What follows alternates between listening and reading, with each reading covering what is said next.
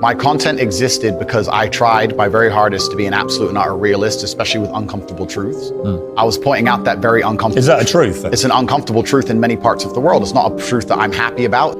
I don't want to be seen as a negative influence in the world. I know that there's a whole bunch of men. I get thousands of emails a week from men whose lives I've saved. I get thousands of emails a week from men who are on the verge of suicide and I've saved their lives. I believe in protecting and providing. I've been misunderstood. I don't want anybody to be offended by anything I say. I want to be a positive force in the world. I don't want anybody to hear what I say and make them feel bad about themselves. I want all people to live righteous and good, whether they're male or female. I think righteous is living true to your heart and knowing that you're doing good by people, not snaking anybody, not lying to anybody. I know I live a very righteous life. The government is not capable of helping the poor. And this is why it's so important as a person you take personal responsibility and understand you're living in a world where the matrix can be cracked, you can make a bunch of money, but you need to take responsibility and do it. I refuse to accept that there are people out there who cannot become happy, contented individuals. I refuse to accept we live in a world where God has created people who, no matter how hard they work and how good their life becomes, can't be happy. I don't accept that. I accept that the universe is a very giving place and that God loves all of us. And if you try your best and you work hard, you can become a better person. I'm telling the younger generation that if they don't get up and work hard and make sure that they're important, that the world's not going to give a about them. 99% of my content was aimed at men, telling them the truth, saying that as a man, you're born with no inherent value. You have to become important. You have to go through some pain or go through some suffering to make people care about you. Otherwise, you're not going to matter. As a dude, if you walk into the party and you've put no effort into your life, nobody about you. And every man out here knows. And one of the great things about the masculine journey and masculinity is that we've all lived a semi-similar story. It's kind of cool. Like, we've all been the teenager, gets heartbroken. We've all been unimportant. We've all worked hard and then started to get some clout. And then we've all kind of lived the same kind of journey. So I say to everybody out there, yeah, if you don't follow that path and follow that journey and in one way or another get to the top, whether it's fighting, whether it's comedy, whether it's musician, whatever it is, if you're just going to stay somewhere near the bottom and then at the age of 44, email me saying I'm depressed, well, of course you're depressed, loser. Yeah. But that was your choice because you have to build yourself as a man. And if you decide not to build yourself, then your life's going to suck. My main message is to resist the slave mind, to understand that every single thing you're being told has an agenda behind it or you wouldn't be told it otherwise, to examine every strongly held belief you have and try and identify where it comes from and why you have it.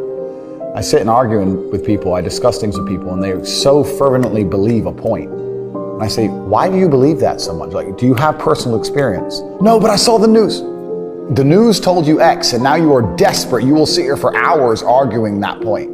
A lot of people are completely empty vessels ready to be programmed. And I try and tell people, listen, to just stop for a second and understand that the things they're telling you to believe are not necessarily for your benefit. The people who make the rules don't make the rules for the benefit of everybody. They make the rules for the benefit of the people who make the rules of the game. So telling people to resist a slave mind and just be critical thinkers, keep their brain open, pay attention to things, be perspicacious, that's the general theme. And it doesn't matter whether you're left, right, liberal, man, woman, etc. It's just think for yourself. That's the general message. I believe men and women are a beautiful union. I think we're slightly different, but when we work together, we're the most powerful force in the world. And I certainly believe that men and women, when they work together, is the most beautiful force on the planet. So of course I believe in men and women. Of course I believe in love. Of course I believe in marriage. Of course I believe in family. Okay. I believe in marriage in the traditional sense. I believe a man has a duty to stand up and be a real man. I believe that the problem with the world today that we are facing is that not enough men are sticking to the age-old ways of masculinity.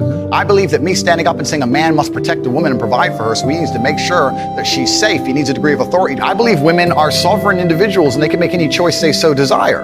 I think that it's important that we remember that a man has a duty. I think I certainly in my relationship have a financial responsibility to provide for my woman. My woman would never have to work unless she wanted to because I'm the kind of person who works hard enough. And I'll make another point that needs to be said. The number of women who have stood up and stuck up for me is ignored.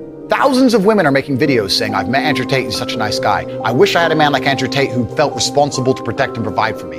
You know what? I do belong to my husband, that's why I married him and I love him. We ignore the thousands of women who stood up and stood by me and said everything I said is true. This is that there's a large contingent of men who still want to make money, go to the gym, be strong, drive a fast car, be traditionally masculine, and don't want to be shamed for that. I believe that feeling depressed is real. I don't believe depression as a clinical disease is real. No. I think PTSD is very real. Unfortunately, I have some friends who suffer from that. I know that feeling depressed is real. I believe that the number one power you have against these things are trying to take control of your own mind and affecting your own life. I believe that it's not healthy to hand over all your power and believe that depression is an outside disease that you can't affect. I know that when I've had difficult periods in my life, and also many of my friends, like I've said, suffer from PTSD and been through terrible things.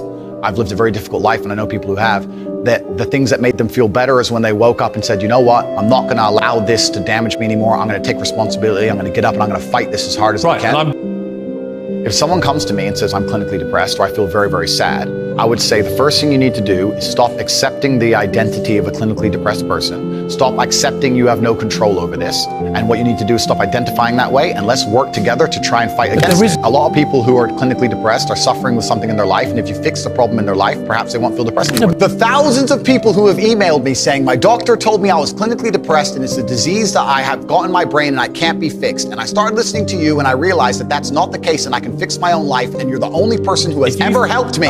I believe feeling depressed is real. I do not believe it's a disease that you catch from the sky and you cannot affect. I believe that no matter what happens, I believe you have control of your own mind and you can fight against it. I believe if you change your circumstances in your life, you may feel different. I'll give you a quick example. I had a guy who emailed me saying he was clinically depressed and he was going to kill himself. I obviously am not a psychiatrist, I'm not a doctor. I told him, because I replied to my emails. I said, have you been to a psychiatrist? He said, yes, I'm clinically depressed. I've been on these pills, this amount of time. I'm on antidepressants and it doesn't work. I said, I don't know what to say to you besides this. And he said he lost his girlfriend. That's why I became clinically depressed. I said, listen, go to the gym, get a six-pack first. Once you've got a six-pack, email me again. If you still feel like killing yourself, I don't know what else to say to you. I'd say, strong body is a strong mind, go train. He went, he started sending me progress pictures, emailing me him getting in better shape, and eventually got a six-pack. He's now a professional bodybuilder. And he said, I can't believe I was considering that. I feel so much better, etc. The doctor who was telling him he was clinically depressed and couldn't cure it, he started taking control of his own life, and now he felt better. That if somebody has depression of any kind, whether it's clinical, whether it exists or not, whether they feel depressed or not, whatever, that taking control of their life, taking personal responsibility and working hard is always going to be the positive, best thing they can possibly do for their life going forward. How positive is it? Of course, money can't buy happiness, I agree. But money is the third most important thing in the world. First is your health, because you have nothing if you're going to die. Second is your relationships, because you need love and family, that matters the most. But money can buy everything else. So money's the third most important thing. The average people come to me and say, what do I do? I'm just the average guy. And my only answer is stop being the average guy. It's my only answer. You can't just be the average guy anymore. The idea from the 1950s that you can just be the normal, average, law-abiding, hard-working citizen and you'll have a good life is gone. Any man out here who goes, I'm just going to work hard, do my bit, and obey the laws, and I'll have a good life. No, you won't. No, you will not. Just doing your job is never going to make you rich, because you're just going to be taxed into infinity and you're going to stay broke. So just obeying laws and doing your job now has set you up to be a peon and a slave for eternity. You have to get yourself in a position where you're making enough money. You don't know what to talk about, then you don't understand money. So go learn how money works. Go learn how a bank works. Go sit on YouTube for free. You don't just pay 50 grand in 4 years at a university. Go sit on YouTube and understand money, banking, or the real estate market, any of it. Understand the last housing price crash, why it happened, understand mortgage rates and how that's affected by interest rates. Understand it, and then go sit with someone else who understands it and talk about it. People should, even if they haven't got a penny in the world, should be going to these meetings about real estate, about investing, but especially if it's cheap, they should go. Just meet other people who at least have money. Have conversations about money, talk about it. How are you gonna get what you don't talk about? And yes, the cycle of precipitation, right? So a cloud comes, it rains, it falls down to the ground, it goes under the ground, whatever, goes into a stream, it moves into the stream, goes to the ocean, evaporates again up to a cloud, floats somewhere else, falls down again. It's always moving. That's how money is. People think that money is in these large, stagnant pools hidden in people's bank accounts. That's not really true. Money is constantly moving all the time. And if you can find a way to get in between it and stand in the right place at the right time, you're gonna get wet. I think that's the new modern way to view the world. It's an attention economy. It doesn't matter what you do. If you're getting attention, you'll make money. One habit that people need to adopt, and this is a habit I had for a very long time, and I've actually recently cleared it from my brain because I've reached a point where peace of mind is worth more than money. But every single time money is spent, you need to identify how your money was taken from you. And I say taken because money can't be made. Money is taken. Because the only people who can make money are the governments. If you're a government, you can make money. You can print it from thin air or a bank. But if you're a person, you're not making money. You're convincing other people to give it to you. You're taking money from others. So every single time you spend money on anything, you need to identify how it was taken from you. When you go and buy a coffee, don't just go buy the coffee and sit down. Sit and say, why did I buy this coffee? Okay, I really want coffee. Yeah. But then why did I go into this store and not that store? Is it better advertising? Does it have less of a line? Do they have seating? How did they convince me to come in here? How much did this coffee cost? £6. What's the profit margin on that? Probably £5.50, £5.80 probably. By the time the cup probably costs more than the coffee. The coffee is just water.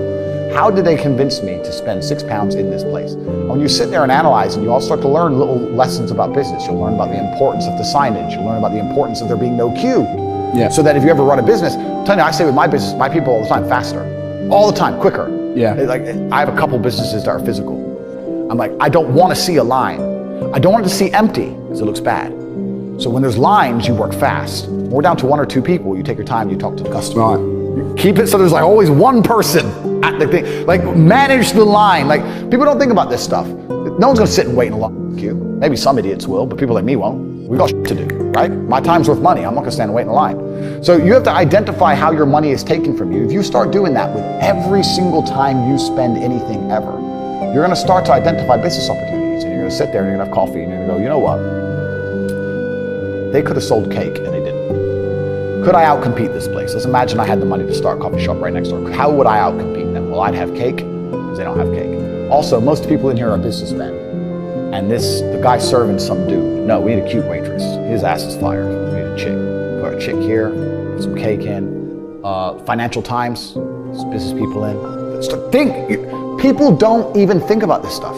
They don't use their brain ever. They don't ever look around and realize how they're spending their money. They don't look around and look at which businesses are successful. They don't look around and pay attention to anything. They don't look at the world and all the things that are happening and how it can benefit them. None of it. They don't look at any of it. They're too busy following the circus. That's why it's clown world. I was walking to college with a couple of my friends, and a Ferrari drove past. And I said, bro, you see that? And he goes, yeah, what about it? I said, doesn't that piss you off? I must be about 16. He goes, why? So this dude has 400 G's for a car, 400 grand. I'm walking 4 miles to college because my mom hasn't got any car. He has 400 grand. Do you think he works a job? Do you think he's behind a counter somewhere? He knows something about the world that I don't know. And they were like, well, he's rich. I'm like, yeah, I know. I didn't say he wasn't rich, dummy. I'm saying he knows something about the world I don't know. And I was intrigued and it angered me. I couldn't sleep for weeks. I was pissed off. Every time I saw somebody with genuine money, I understood that everything I was being told and taught and they were trying to make me believe just simply wasn't true. I was like, none of these people are getting these things by following the path that the system is trying to make me follow. And everybody intrinsically knows this.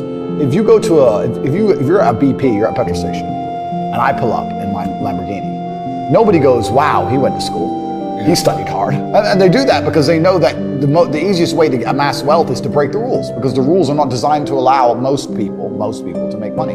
You can make money within the rules, of course you can, but most people don't. Most people who follow the path work, consume, die. That's it. So I always knew the same thing as you, and I knew there had to be another way. I knew that just working for money was a paradigm that wasn't true. And then you understand making your money work for you, and you understand delinking your time from money. You start learning to understand these things, but eventually you build a system and you build an ecosystem like me. I have 60 or 70 people work for me all around the world, and things just happen and money just kind of appears as long as everything's well organized.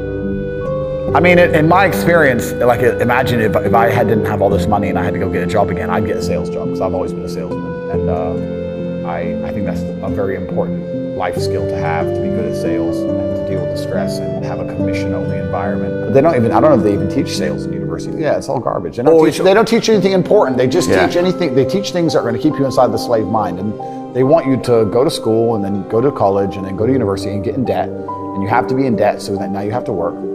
And you're working and you're in debt, and then they want you to take on more debt if possible in the form of a mortgage, which a lot of people do, which we can talk about because I know you're the property guy. And then you're in debt now, and once you're in debt, you can't really quit your job, and it's very difficult for you to leave the country.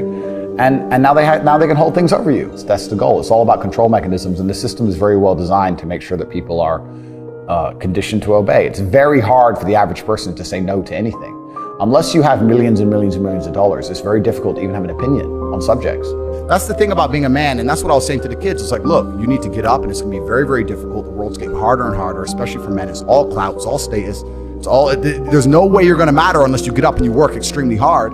Should young men aspire to work very hard, have no criminal record, become multimillionaires, protect and provide for the women close to them, be sovereign so they can stand up and have their own points of view in face of cancellation, be able to not be mentally intimidated when they go on national TV and there's traps set up for them? Yeah, I believe that confident, strong men who stand up and protect and provide for women are a good thing for the world and a good force for the world. And I don't think that I put a magic spell on anybody. I think there's a whole bunch of men in the world who understands my value. And if men grow up to be like me, you're gonna have a whole bunch of people with no criminal record,